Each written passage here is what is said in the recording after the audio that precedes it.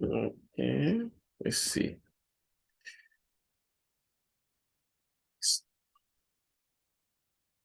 Hello.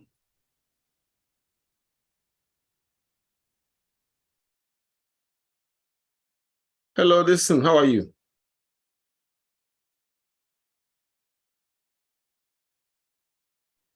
Good evening. Oh, can you hear me? Yes. How are you doing? Good. You are the first in the classroom and you're here. You're first here. I thought I was late. No, I just logged in and then here you are. Okay. I have Miss Small. Miss Small, how are you? I'm good. All right. I don't know if you already know. Monday there's no school on Monday. Hold on, I gotta close some pages. I opened a lot of pages here. Yeah, so if you look at the website, so look, BCC will be closed Monday, July. Yeah, I saw that this morning. Okay. So yeah, it's a long weekend. Well, not long weekend because we have yes, it's a long weekend because Monday we don't have Tuesday. Yes, that's the best way to describe it. Now, let me close some pages and then we can start. Yeah, some pages I need to close. Close here. And this one. Okay. All right, let's see.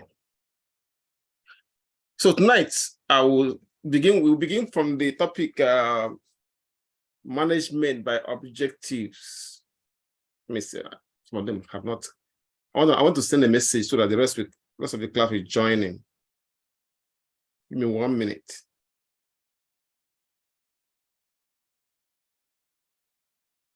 Okay.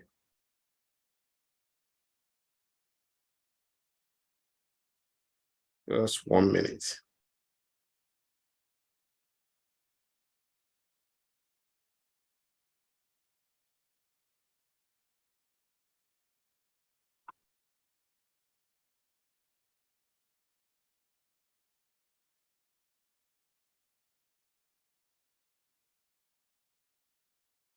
Good. I send the message.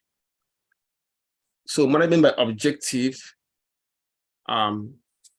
When we say management by objective, or what you call MBO, we are referring to the management approach that in which the people in charge try to align the organization's goals with the employee goals. So in other words, they set what we call SMART goals and then try to progress towards attaining those goals. Okay.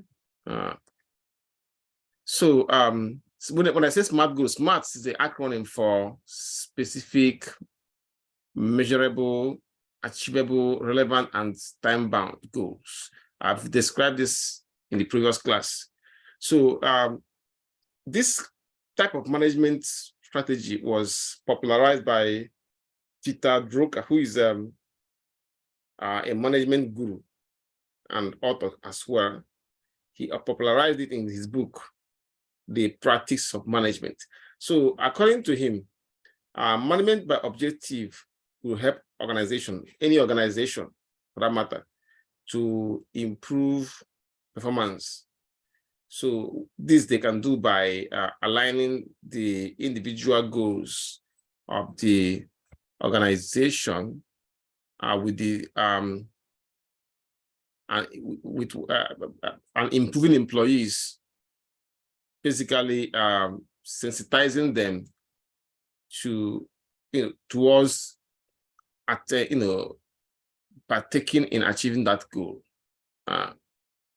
So I got let me check some of your names. Yeah. Tom, I got Tom, and I got Caroline M. Okay. All right. Let's continue. Now, another thing that we need to know about management by objective is that the MBO process is involve all these steps, about 5 of them, which can be enlarged and have we can add sub steps to those. So all right. So the MBO approach involves setting goals. That which is the first step.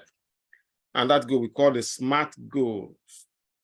Setting the SMART goal, and then again, when I say SMART, I mean the goal must be specific, they must be measurable, they must be achievable, they must be relevant, as well as time bound.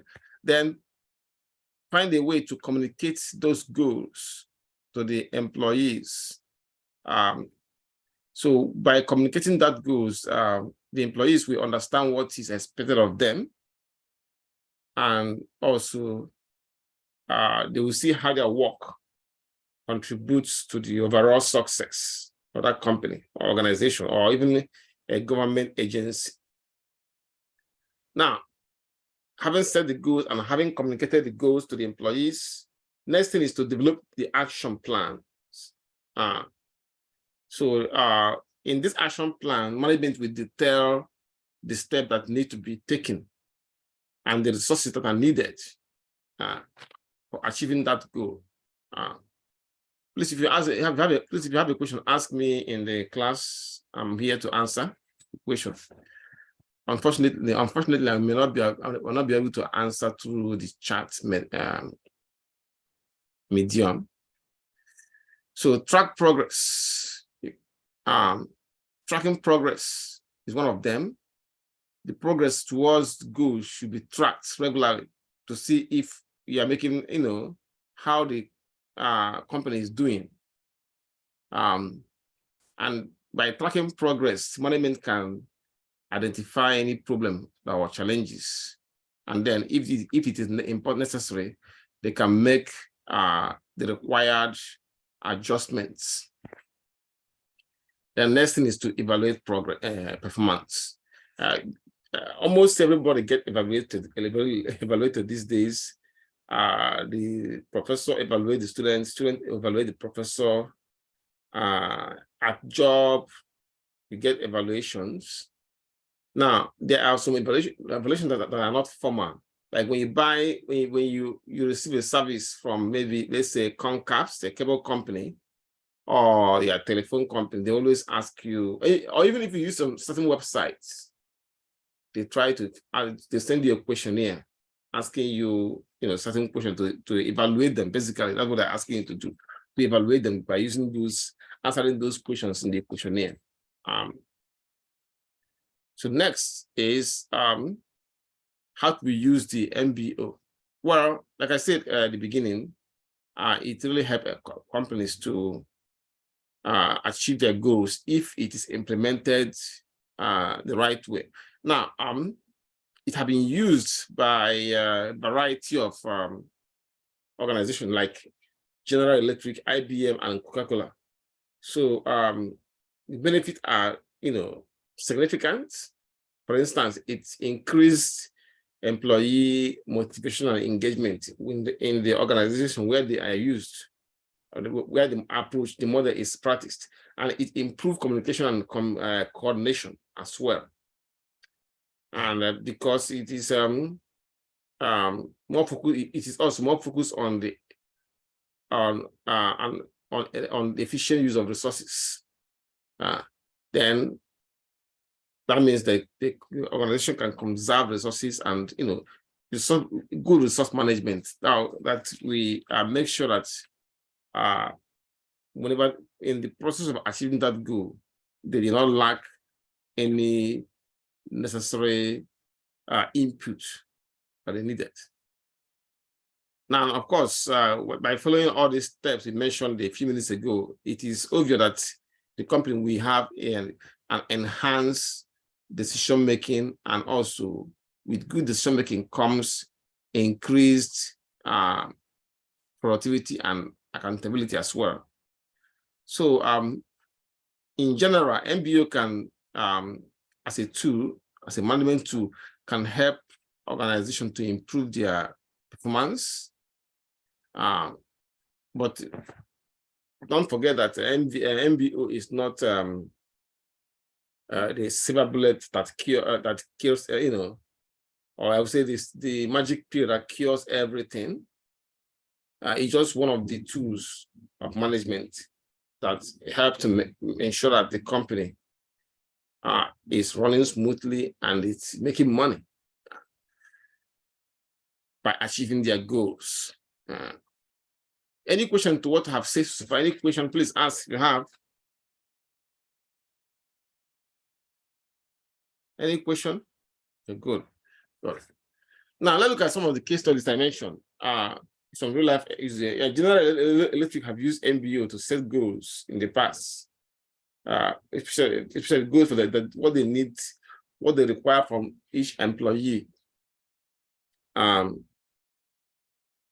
goals are aligned with the company's overall goals, and they are viewed and updated on a regular basis. IBM have used it too. In this case, they by applying the MBO principle, they were able to set goals for their employees in development, individual development. So the outcome is that the goals are focused on skills and the knowledge of the employees, and they are aligned with the company's overall goals. So IBM, of course, there's a time I explained in the class, they have gone through a lot of challenges in the past, but they're able to make it back because of the fact that they have solid, or I would say management that are good. I would say good management, and having implemented the MBO principle. That means that's one of the reasons that they still exist today. Many companies that went through what IBM went through in the past, many of them folded. Then of course, Coca-Cola, we all know about Coca-Cola. When I was growing up, there was people, the popular thing in those days was that they say that actually, I won't say we always say among ourselves as high school kids, that the most popular thing, three most popular thing in the world today, I think one of them is Michael Jackson, one of them is Coca-Cola. I forgot what the third one is. I forgot what it is. So that was in the 80s. So Coca-Cola is the company that have implemented MBO method principle a lot. And of course, we know that Coca-Cola is everywhere, and their product is unique. So, and not only that, they have their market shares. That means how much of the market they corner. Revenue. Where they get the revenue from customers. So, their share of the market for beverages. When I say beverage, I mean soda, like the cola and the orange ones, soda in general. They command a significant market share, and their sales volume keep going up, despite the fact that in this day and age, especially those with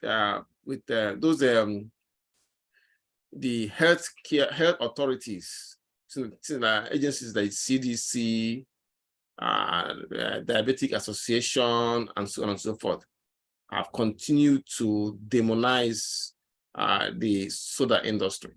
But yet, Coca-Cola is focused on increasing sales and market share, and they are aligned with their goal, and they are doing everything within their power to get it. So sales keep on growing, despite all the, like I said, this all the more slings and criticism of their products, that what they produce has a lot of sugar, and it can make they're not good for daily, constant consumption, especially for those that have diabetes, So, but if you check out their advertising, how much, look at their advertising budgets, because like I said, they are focused on sales. Look at their advertising budgets. And not only that, they are also engaged in a lot of things that made them to look like good corporate citizens. They sponsor sporting events. In some countries, they even give scholarships, to try to make them look good. Like I said in the class, when you make their customers happy, they will open their wallet for you. Okay, so they know, and they apply management of objective principle a lot in their business. Now, at this point, now we are ready to look at the role of strategy in management. Basically, I will put it this way: we're about to go into strategic management. Strategic management. Now, look at this scenario. Say suppose you got promoted or you got hired as the head of the North American operations for Walmart. Yeah. So as you are settling down in your office, your boss, the CEO, drops in, unannounced. Now, she sit down and say that, give you a very big congratulations, and told you that she's very excited to have you, hired by the company, and that she's convinced that you're going to do well. Then she pauses, after she said all that, all those nice things to you, and then she paused, and then next thing you know, she asks you, tell me, what are we going to do about Amazon? Amazon and other online stores are really eating the lunch of the big, the brick and mortar stores like Walmart and Target and JCPenney and Macy's. So, asking you, what are you going to do about it? Now, of course, naturally, that eventually they will ask you this kind of question, but not right immediately. So, when you're still unpacking, but generally, this is the question on everybody's mind. Everybody that works for those brick and mortar stores, especially after the advent of the internet. How are you going to handle competitions like Walmart? How are you going to handle it? Like Walmart?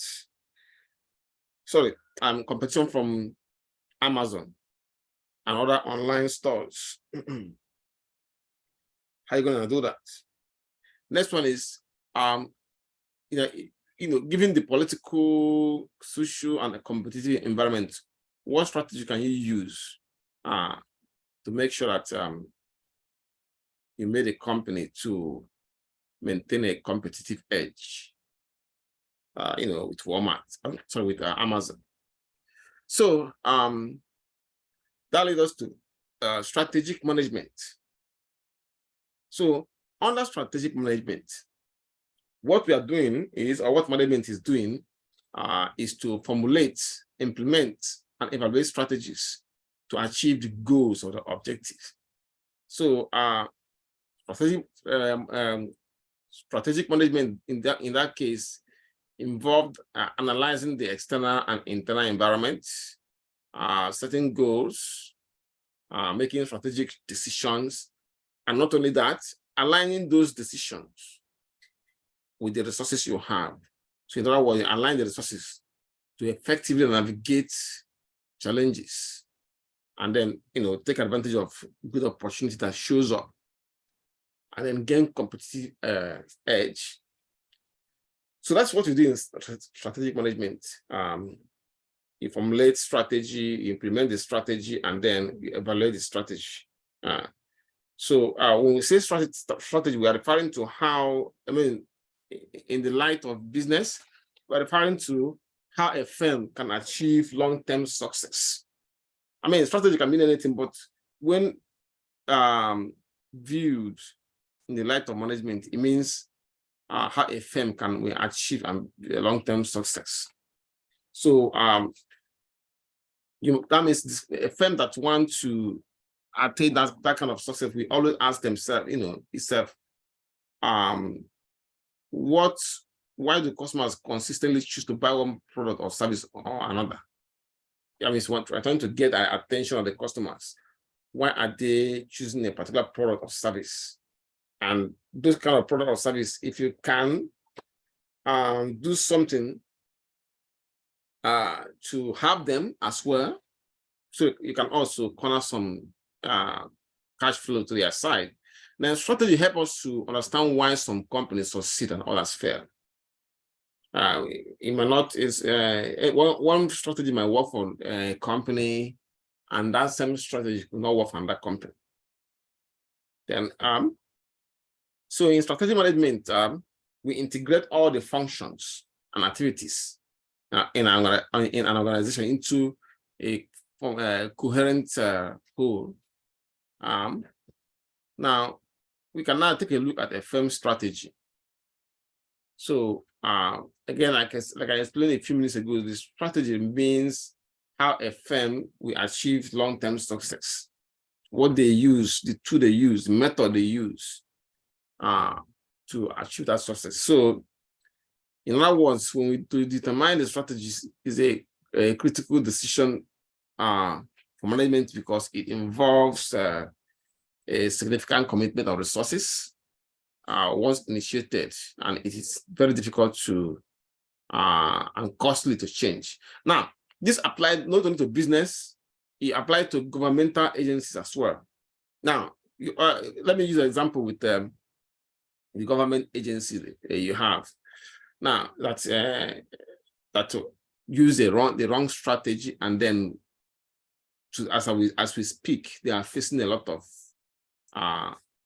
losses, and I'm talking about the disaster proportion. The government of Russia, for some reason, they decided to invade Ukraine, and the way they planned it in a way that Ukraine will fall within 3 days. They take over the country.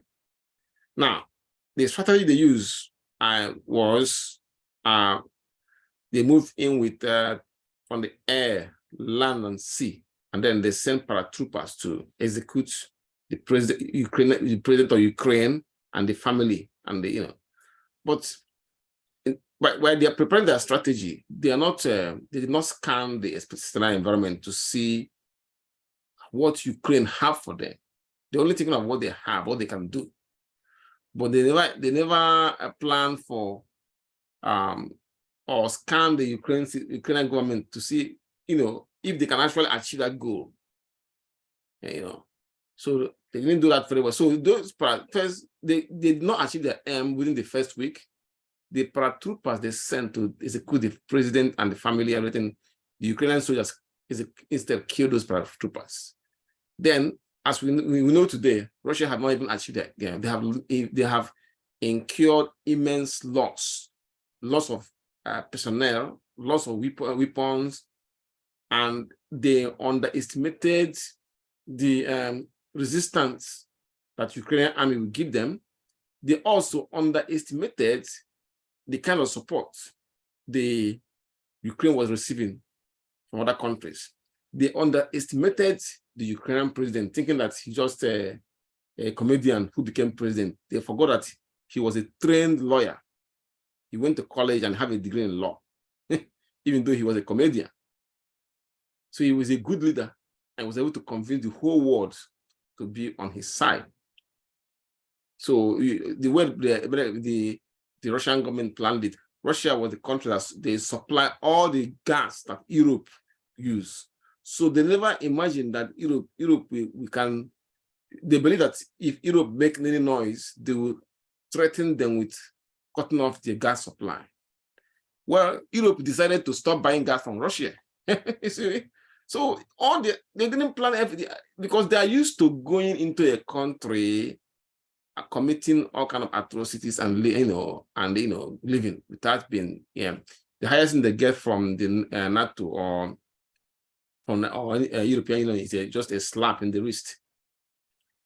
So, but this time around, they didn't plan the strategy. Even the soldiers who were being sent in to invade Ukraine, they didn't even tell them what they are going, why they are going to war. They did not even call it a war. They call it special military operation. So soldiers were there. They don't even know why they are fighting. They are not even told that they will be fighting. They just told them that they are doing a training. All of a sudden, they now start moving them to Ukraine to start fighting, taking territory. So anyway, that is a wrong strategy they use, and it backfired. Now, businesses does that too. Sometimes business make mistake, and then and that can be very costly. Now, some businesses, when they make mistake, they figure out a strategy to correct that mistake. I'm sure you must have heard of the companies that especially this is very common with automobile companies. I've witnessed many situations where companies like General Motors or Ford or Nissan, we are recalling some vehicles that is already sold because they discovered maybe something that might be wrong with the wiper or engine. They will recall it back when the customers fix it, and then so they discover that problem. They make announcement on the TV. If you bought so and so model of this car, bring it back to our dealership. We'll fix the problem for you free of charge. So that kind of strategy can ensure continuity. Continuity. Now, there are some companies who have applied more a strategy that is not that it costs them a lot of money, and of course, steep fine from the regulators. For example, Wells Fargo. There was a time I think it was about 4 years ago. They were trying to get more customers, make more sales. They were opening accounts, some accounts, on some of their products with the names of their customers without even letting the customers know about it. Eventually, it was discovered, and they really paid a very big fine on that. How about Volkswagen? I think it was around 2015 or 2016. The computer, they installed a software in the engine because so that make that some of the cars use a diesel. So, and diesel, when you go to emission test, it might give you the result that the regulators will not want. So they install a software secretly that once you go for emission test, that software will turn off certain things in the engine, and then you pass the test. So eventually it was discovered, and it was a huge scandal. So that is a wrong strategy. But they did it so that to make their cars to pass emission test all the time. So if that keep on happening, that can make the car looks more better than other cars because it always good. It pass emission tests, and that can bring customers small sales and customer loyalty or brand loyalty. But it worked. It backfired on them, and then they are made to pay a steep fine. So now, I don't know how many of you have watched the Godfather movie. In Godfather 2, Michael Corleone says, my father taught me many things. He taught me, keep your friends close, but keep your enemies closer. Now, for businesses, the friend are the customers. Your friends are the customers. And your enemies, of course, are the competitors. So you keep the customers close, but you also keep the competition closer. Because now, people who are a customer today may not be a customer tomorrow. I mean, today, when I say to them, I mean this year or this decade. We know people who are customers of BlackBerry phone, smartphone. Eventually, those people who are their customers now move to iPhone. Say BlackBerry now, or you stay struggling. I don't know if it still exists, as a matter of fact. So keep your customer competition. The competitors are your enemies. So you have to figure out a way to beat the competition. Why are they your enemies? Well, they provide similar products or services, and they try to attract the same customers you're looking for. So it's like a tug of war there. So and not only that, their competitors are likely to have similar business goal that you have, which means they want more sales, they want profitability, they want to control the market. So you are fighting with them.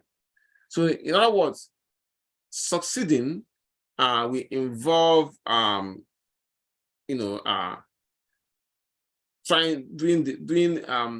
having or implementing ideas or strategies that will beat them by constantly striving to improve what their firm can offer to the customers and to be better than the competitors' alternatives. That's the only way. Otherwise, once they overtake you, it's very hard to catch up with them. Any questions so far? If you have questions, please ask direct, non-text, just ask, and I'll answer. This leads us to competitive advantage. When we say competitive advantage, we mean that the business outperforms its rivals in the market because customers prefer its product or services. So they outperform their competition. So that's basically the simplest way to put it. They outperform their competition. Some companies may not outperform their competition per se, but they would be, competing side by side. This one good example is to have Pepsi and Coca-Cola. You can say that Coca-Cola is better than Pepsi, or that Pepsi is better than Coca-Cola, but both of them are competing for the same market. They have somewhat the same goals, but they are pushing hard. So anyway, each of them are trying to get competitive advantage. Now, businesses can achieve competitive advantage in a number of ways. First one is that they might make products that are superior in performance. So when customers knows that their product are superior, that might make them to buy them. Or they may provide maybe that their products are more durable. I remember many immigrants tend to buy Japanese cars like Nissan, Toyota, Honda, because they are convinced that those brand of cars are more durable and more easy to maintain. So the product must have a unique feature. In order to go viral, it must have a unique feature. So a good example, I would say, I would not agree to go viral. Well, going viral is part of competitive advantage. In order to attain competitive advantage, I mean to say, it must it must have unique features. So the business involved may provide better customer service as well, or have better availability. That's another way they can achieve competitive advantage. Some of them might use price, some might use some advertise and promote products better. So different strategies now to get that. Let's look at a few of them now 1 minute. Okay, Sal. Sal, you raise your hands. Yes, I had a question. So could convenience be an advantage, like a convenience? It depends on what you mean by explain what you mean by convenience. Like convenience, like I say the Target is 5 miles from my house, but Walmart is 15 miles from my house. I will go to Target because it's more convenient for me to go there instead of going out my way to go to Walmart. Like that's what I mean by convenience. Well, it's convenient for you, but you know that that one is not is not unique type of convenience, because it's convenience only for you because you live nearby, right? Right. But convenience, when you say convenience in terms of when it is generalizable, like online purchase, is convenient for everybody, right? Okay. That can be a unique feature that makes you to have a competitive advantage, and that is what Amazon is using. One of the things is convenience, and now they have their on the best in online purchase. That's convenience. Okay. Okay. Miss Autumn, you raising your hands? Yes, sir. In response to Sal's question, I do think that it's convenient because a part of the planning process is looking for a location. So if they put their business in a convenient location for people that are around there, then they're going to draw all that business. Well, yes, but you know that when they put it in a convenient location, a Walmart can also put their own in a convenient location. So it is not unique. That's what I'm saying. It's not it might be convenient for some people living nearby, but there are some people that have also customers who does not live nearby that particular location. I guess the best way to say is that what is near to you is not near to somebody else. So that limitation of time and space is there. But when you say convenience in terms of online, that one is everybody. You know what I mean? Everybody. So it's convenient for everybody. Whether you're near that Target or not near it, you can just stay and order online and it will be delivered to your door.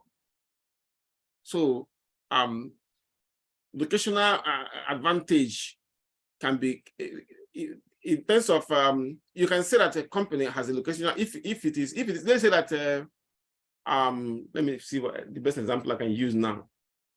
Okay, I'll use suppose if you want to use convenience for online is one that's usually convenient for everybody.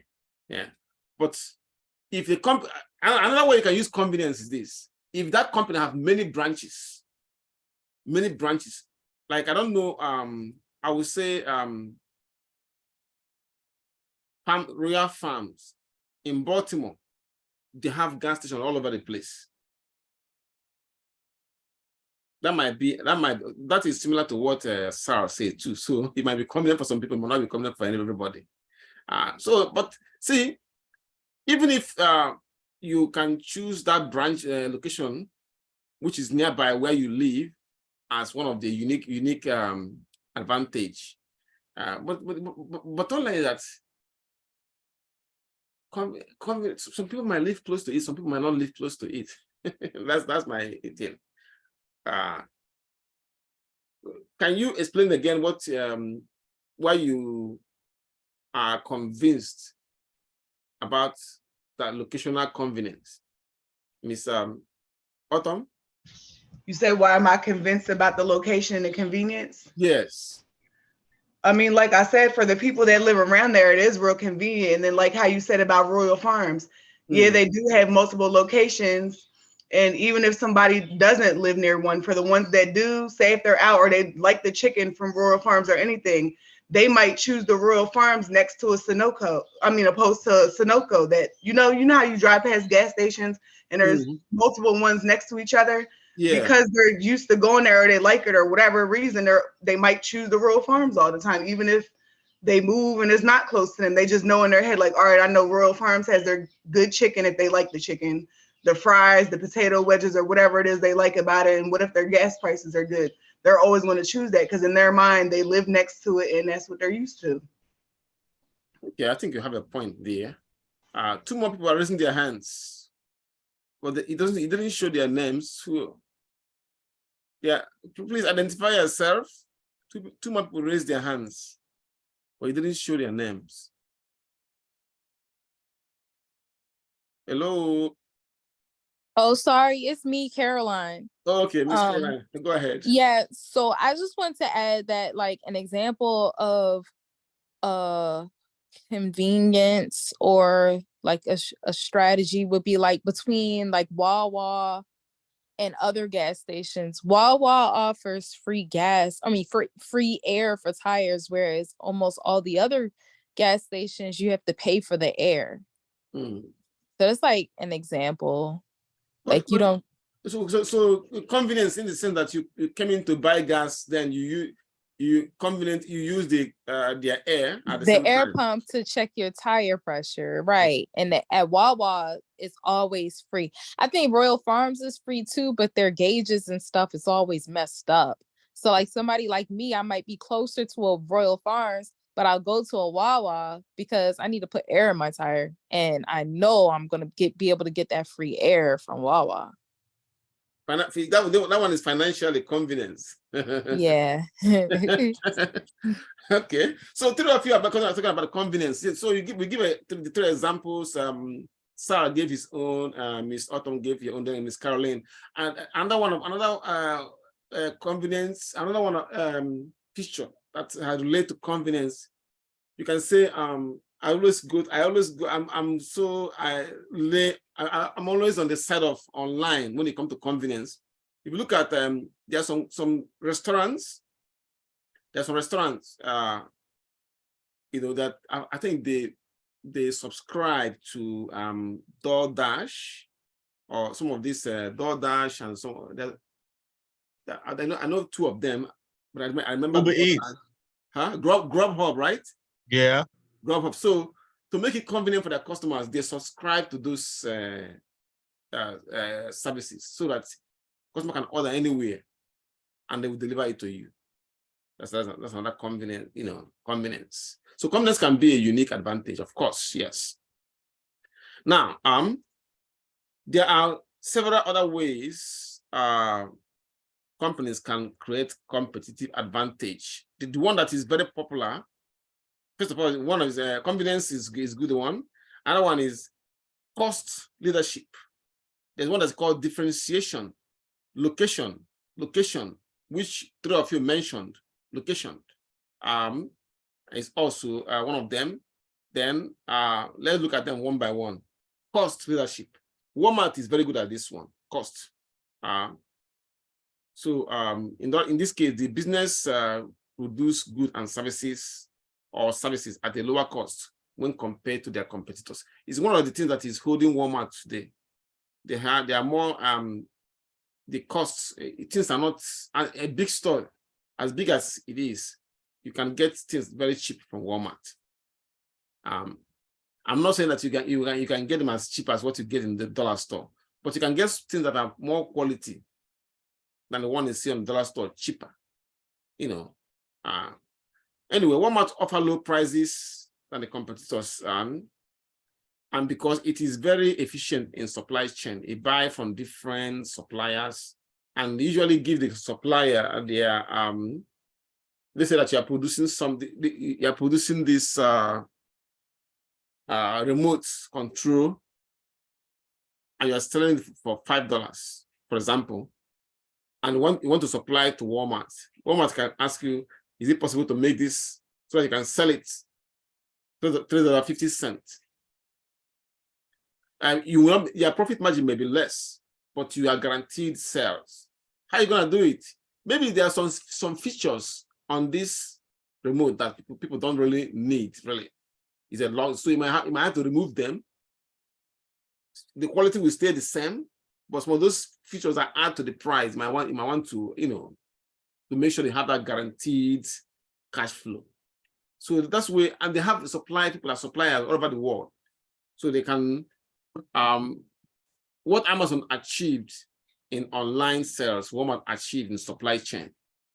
So they're still standing, competing with Amazon because of that price.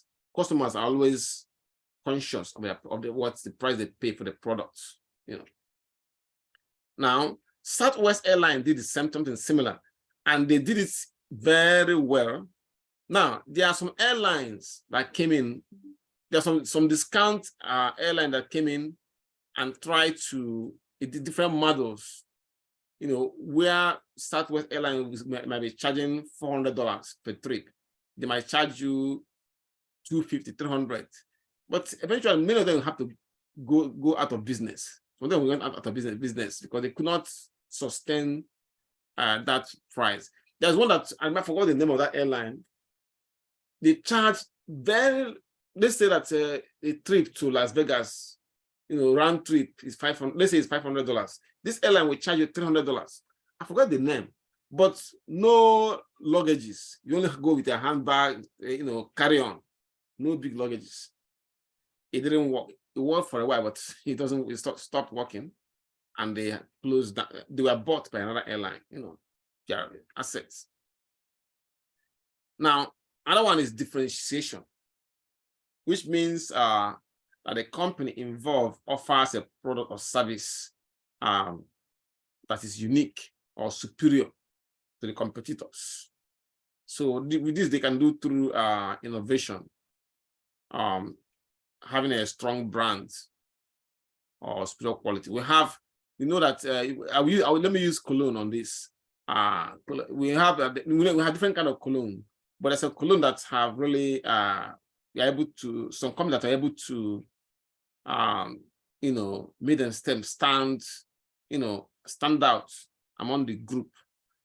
Company like Versace, Gucci, Polo, Dior. Savage Dior. Yeah, yes. So they are very, they stand out from the crowd. How about this? When it comes to smartphone, Apple stand out from the crowd. Am I right or wrong? Apple and Android, they start. Yeah. That's my example I put in the chat. Apple and what again? I said that's my example I put in the chat. Apple. Okay. Yeah. So now another way that company can achieve competitive advantages by focus. They focus on a particular market segment or niche. So this can because they focus on one particular niche, they can become more specialized and efficient. Have some more understanding of the needs of the customers in that market. We have a good example like Whole Foods. Although Whole Foods was eventually bought by Amazon. I don't know if you guys know about that. Amazon bought Whole Foods, but because Whole Foods now, it was even though what they sell mainly organic food cost more than what you can buy from other grocery store, but still people like it because they are unique. They say more of more natural organic food. Now, scientifically, I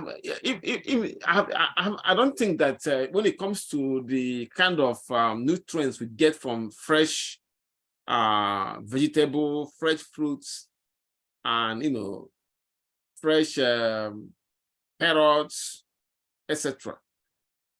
There is not much different from the one you get from regular grocery store and the one you get from Whole Foods, the organic one. It's still the same vitamin. I'm talking about scientifically, but people for some reason are more comfortable because those that are grown with fertilizer and herbicide they still have some traces of those herbicide inside the fruit, or vegetable, or the animal that are grown with what they call it, antibiotics. So for example, I know that the farmers that raise cattle. When I say cattle, I mean beef cattle. For them, because cattle naturally eats grass. That is what they are their body system work more better with grass because they have 4-chamber stomach. So one is for this digestion go through all those chambers before they can eventually digest the food and then absorb it. Now, some cattle farmers, they want the cattle to grow very fast, quick. So they are feeding them with corn. And because those corns, their body are not really, it's not their thing, it made them sick. So what they do is, when they get sick, they give them the antibiotics, shots or medication, and those things still go into the meat. So then go into a little bit of that go into the meat. So people are say, okay, but those cattle grown organically are grown only on beef, on on grass like hay, barley, hay, and all that. So they don't have that kind of antibiotics, traces of antibiotics on the meat. So because of that, they are willing to pay more higher amount to buy organically grown cattle than the regular one we see on the grocery store. But then, like I said, the nutrient would, if you go to the nutrient that we get from eating those things, there isn't not much difference from the nutrients when compared to the organically grown one and the one that are not organically grown. Excuse me. Now, another one is location. A favorable location can give businesses a competitive advantage. Miss Otto mentioned restaurants. Sal mentioned Target, and Miss Caroline talking about the air filler in Wawa, right? Yes, Wawa. So that can be a good competitive advantage too. Location. A good example here I provided here is the Starbucks. Starbucks is located in strategic areas, and that has favorable area that can easily accessible to customers or desirable to customers. So that's become an advantage that they have, location advantage, usually on a high traffic areas. Their customers can just drive in, buy their coffee, and then drove out. So the other methods include brand reputation. Amazon have a strong brand reputation, and this give it a competitive advantage. Then intellectual property, like Coca-Cola have their formula, or patents on their products, so that no other person can make that product except Coca-Cola. That become a part of competitive advantage. The good thing is that when the company have these unique things that give them competitive edge in the industry, on their industry, they can get, moving more edge over their competitors, and then achieve their strategic goals. Any question you want to have said so far? Any question?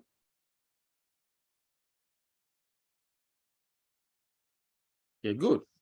So look at a table that shows how some companies created distinction in their industry. I use Nike. Nike make their own is through marketing. They use celebrity endorsement to create powerful brand image. Walmart is supply chain. I mentioned it already. Highly integrated supply chain that they have, so that it helps them to keep the cost low, and and the prices of the cost prices of their products becomes what the customer want. UPS is logistics. They have an integrated package delivery system that makes sure customers get their packages on time.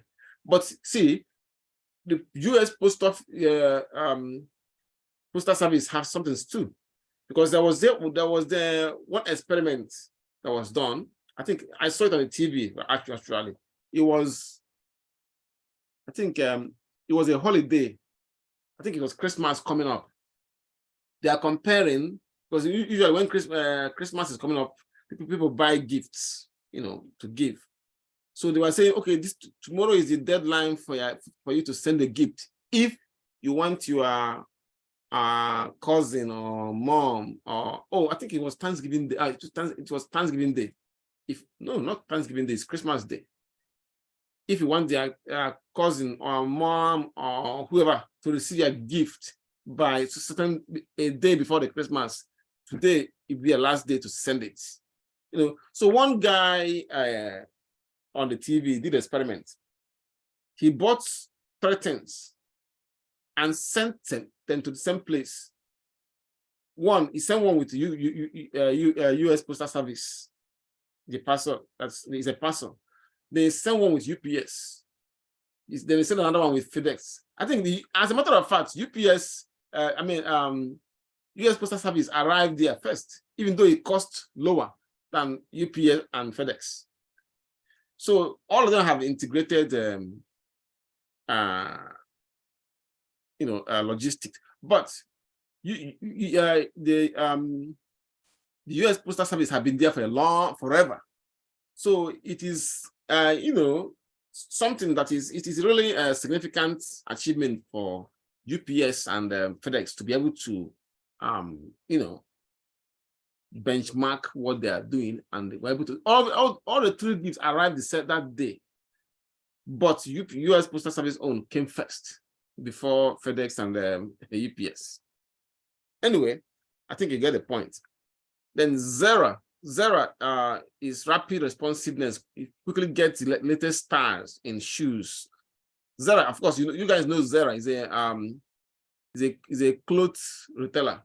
Sells a variety of clothes, accessories, shoes, and beauty products.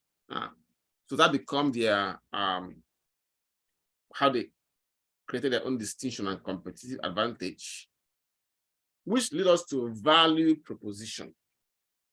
Value proposition. So a value proposition is a statement that a company uses to convince customers that their products or service provide more value to them than the competitors' products. So they use it to let them know that, okay, what you get from us is better than what you get from other competitors. So usually a company communicates their value proposition through their company's websites or through advertising or even through social media. So now if you look at some value propositions made by different companies, you can see, you might even see some of them in their website. Apple says their own is seamlessly integrate hardware, software, and services to create the best possible user experience. Well, trying to let you know that their product is unique and the best. Amazon's is Earth's most customer-centric company, and their customer service is superb. Google is organizing the world information and making it universally accessible and useful. Yep. And of course, so you can see different ways they do it. Some of them make their own as an announcement. If Uber says their own is the smartest way to get around. So now, which leads us to strategic management. Again, I think I mentioned it before. Now, but let me say it again. Strategic management allows organization to develop what we call synergy, whatever you call it. Well, when we say synergy, we mean that the principle that the whole is greater than the sum of its parts. So, which means that when 2 or more things are combined, they produce an effect that is even more valuable than each other. That each of the individual things on their own, if they stay separate, but when they merge, the effect they will produce will be much, much bigger than when they are separate and doing the same thing. So, example, I use 2 companies. They can create a new company that is more profitable when they merge together than either of the original companies on their own. So So they merged their like Exxon and Mobil merged to become Exxon Mobil. So now Exxon have their branches. They have in US because I think it's a US company. The Mobil have their own in different other countries. So when they merge their operation, they combine their operation. So some places where Mobil doesn't have branches, Exxon have branches already there. Some places where Exxon don't have branches, Mobil have branches there. So it become one company, and then they can, actually control a big market share. So when two people work together, for example, that's a very good example, on a project, if they have different skills and knowledge, they can complement each other and produce a better outcome than when they are working separately. So strategic management help organizations to develop this kind of feature. We call it synergy. So which means that that the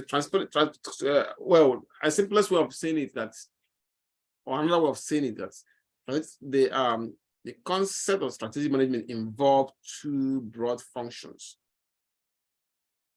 Determine how the company will create competitive advantage by developing a business strategy. So in this case, the management is interested, or they are focused on making sure that all the activities in the company support their business strategy. Then the second function is to make sure that people in the organization support that strategy. So they do this, of course, by training and development, provide the opportunity for professional growth through training and development. They can also, to make people support the strategy, that organization strategy, they can also motivate them by creating a compensation system that rewards behavior that support that strategy. Or they can even implement a supervisory system that encourages and recognizes behavior that support the strategy. Yeah. So there are many ways they can do it. So create a competitive advantage by developing a business strategy, and then make sure that people in the organization support that strategy. Yeah. Now, one important concept that is very good to know when discussing or when thinking about strategic management is industry analysis. So it is a way to assess the company's market position relative to other competitors. So this industry analysis helps the company to review the market and the factors that in the industry that will affect their business, including things like evaluating the competition. How strong is my competitor? Like like target might say, okay, I have a competitor, I have a Walmart, I have a which other company like okay, let's say Walmart, Ross, what other companies that compete with Target? They know who. Then online, of course, Amazon, of course, and online sales. General, they can say how strong you can do. How strong are they, or what can I do to withstand or even outcompete them? So through industry analysis, you can see your strengths and weaknesses, or the strengths and weaknesses of your competition, and then from there you can figure out or develop a business strategy to either survive there or corner the market, or increase the market share, irrespective of the fact that those competitors exist. So such industry analysis help managers to understand the important factors of the marketplace and how these factors may be used to gain competitive advantage. So there are some important tools that companies use to assess their strategy in a shorter time frame. There are some tools that they use. The first one is what we call tester analysis. Second one is Porter's 5 forces. The third one is competitive analysis. Let us quickly look at tester analysis. Now, tester analysis is a valuable tool that can be, this to help an organization a lot to scan their external environment and make informed strategic decisions. Remember, managers don't want to be taken by surprise. They want to know what their competitor is doing, what environment is, what is will be in vogue next year, next 2 years, next 3 years. Like I said, you always want to be 10 years at least ahead of your competition. Now, anyway, personal analysis simply is an acronym actually. PESTO means is political, economic, social, psychological, environmental, and legal factors that might affect your business. Some books write them as PESTO, some write them as PEST, from other sources of books. But let's look at political factors, for example, government policies, leadership and change, foreign trade. All these things can, are political factors that can affect your business. Tax policy, regulation, and then the regulation trends. I'll give you an example. When we come to the automobile industry, we have the 3 big ones that control the market before the foreign cars started coming in. We have the Ford, General Motors, and Chrysler. Then, of course, then the competition started coming from Asia. Anyway, these are the three ones. Then you have other ones, the foreign ones: Nissan, Toyota, Mitsubishi, Honda.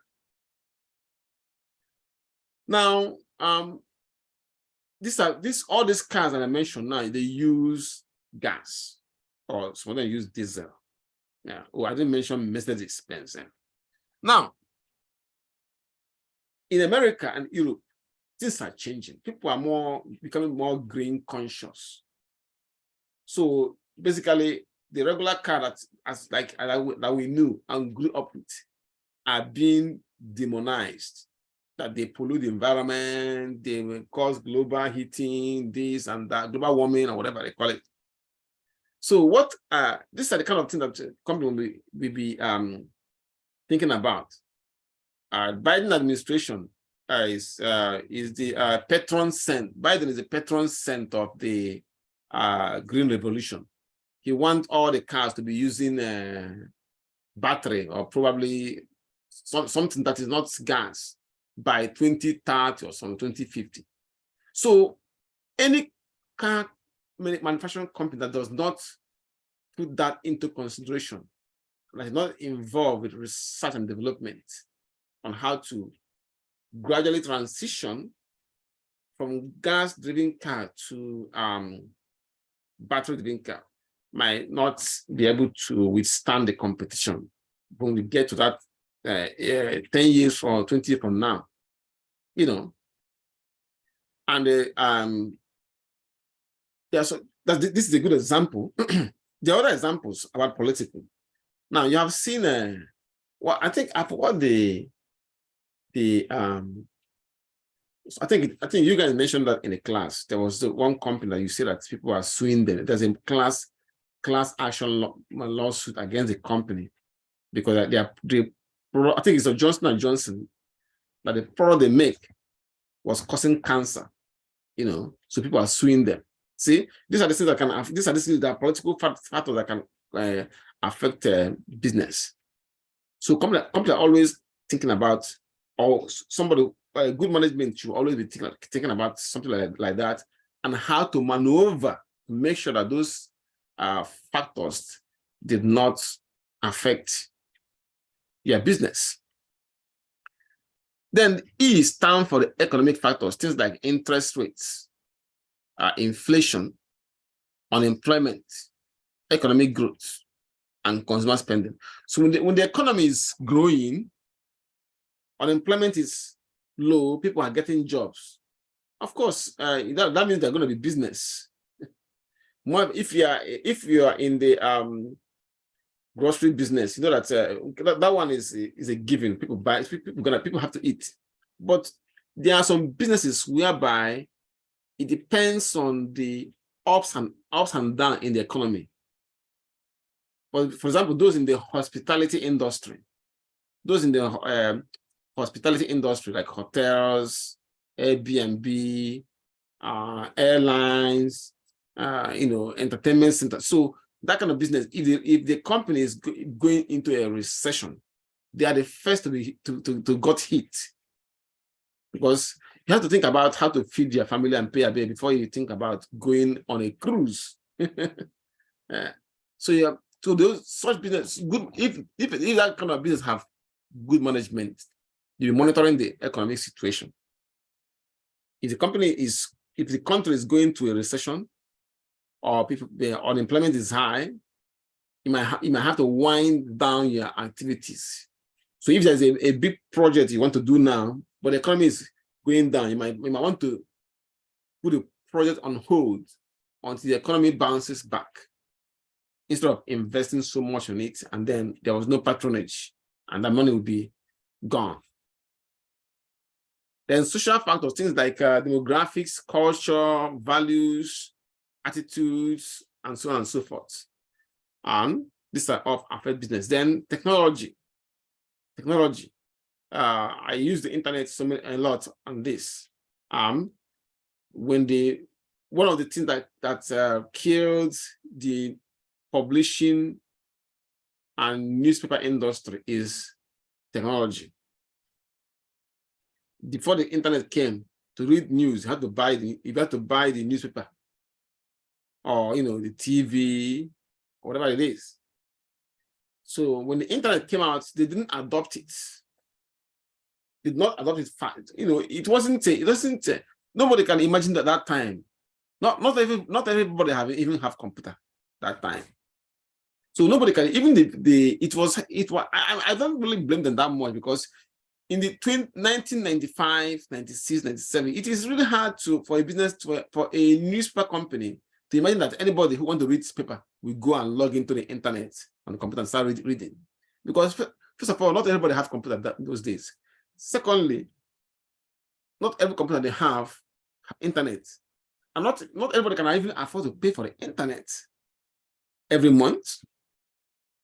So you have to read from it. Either they buy the paper magazine, or but the internet came out, and then they started publishing even those news that you buy in the store. To get that news, you have to go to the store and get it. But with your computer, the news will pop out on the Yahoo web homepage. You see it right away. So why should I go and start buying my magazine when I have it already? Miss Autumn, you're raising your hand? Yeah, and another example is for instance, like how we stream things now. Remember Comcast and Verizon used to be getting over on the bill, lying on the bill, overcharging on the bill. How you spending $200 plus a month on cable, phone, and internet? Nowadays they're streaming. You could pay $7 a month to get Hulu, $7 for Disney, or whatever thing you want to pay for now, and that don't even equal up to nowhere near $100. So Comcast, I guess they didn't keep up with the competitive market, and they got over so much all those years. People don't even care. People don't even care about them. Like me, for instance, they lied and said, I felt some type of way. They tried to lie and say I owed them X amount of money, even though I had proof that I paid and everything, and they just weren't willing to budge. So companies like that just leave a bad taste in your mouth, and that's been known for like getting over and stuff, people aren't going to no longer support you, and they'll be happy when something else enters the market that they're not forced to buy into you, because at the time, that's what you had to do. You had to get either Comcast or Verizon. Now there's so many options and it's way cheaper. I wonder how they're doing. Yeah, you're right. That's a very good example. I remember, yes, and what you just said now reminded me of something. There used to be a time when you want to if you want to listen to music by Brandy or Ali, I have to go and buy the CD, right? In that CD, it might be only 3 of the songs that I like. The rest will be, I don't like. But now, like what you said, you can even buy only you can buy the music, the song in singles. Like you say, you can use Hulu and buy the movie, download and stream the movie only. You don't have to buy the DVD anymore. Just stream it. That's a very good example. Technological factors, and they didn't see this coming. That time you are mentioning, the example you gave us, you have to either you get Verizon or you get Comcast or you get Dish Network. Remember Dish Network? Huh? Say it again. I said you remember. Well, Dish Network was one too, where they had the satellite on the roof. Dish Network, yes, Dish Network. Yeah, you're right. So you can see that the environment keeps changing. Social factors, technological factors. What are the other ones that I just mentioned before? We have legal factors and so on and so all these things the company have to keep on factoring in this can happen, this can happen. If you have to make what you call if then else decision. If this happen, this one, we take this route. Professor, take the other route, Also, one more thing, like how I said, as far as an example with Comcast, if you're known for doing certain things to people or whatever, what was I going to say? Yeah, if you're known for doing certain things to people, people aren't going to feel bad when you go out of business. People ain't going to say, oh, you know what? Comcast was there when I needed it. I'm going to always support Comcast. They're going to say, F y'all. Y'all tried to get over on them bills so much. Y'all didn't care. I'm glad it's streaming now. That goes a part of integrity. You done messed up your integrity so bad that now nobody even supports you, and we want you to go out of business. Comcast must have gone on your wrong side, Mr. Otto. Yeah, I don't like them. I'm sorry. So you guys, I guess you guys get the point too. So now what I'm gonna say is this before we round up. Matter of fact, we're about to round up. Don't forget what is the things that I do this weekend. Before you guys join, I made an announcement that next Monday there's no class on Monday. It's on the college website, so we have a long weekend. So wait, so no class on the 3rd? Yeah, hold on, let me show you. Hold on, just give me 1 minute. I opened that page before. Yep, that's it right here. Here. Can you see the screen? See? Independence Day. Can you see this side? Yeah. Say BCC will be closed Monday, July 3rd and Tuesday, July 4th. So it's a long weekend. So next time I will see you guys on Wednesday. So, yeah. So enjoy your weekend and please don't forget the assignment that I do this week to do them, okay?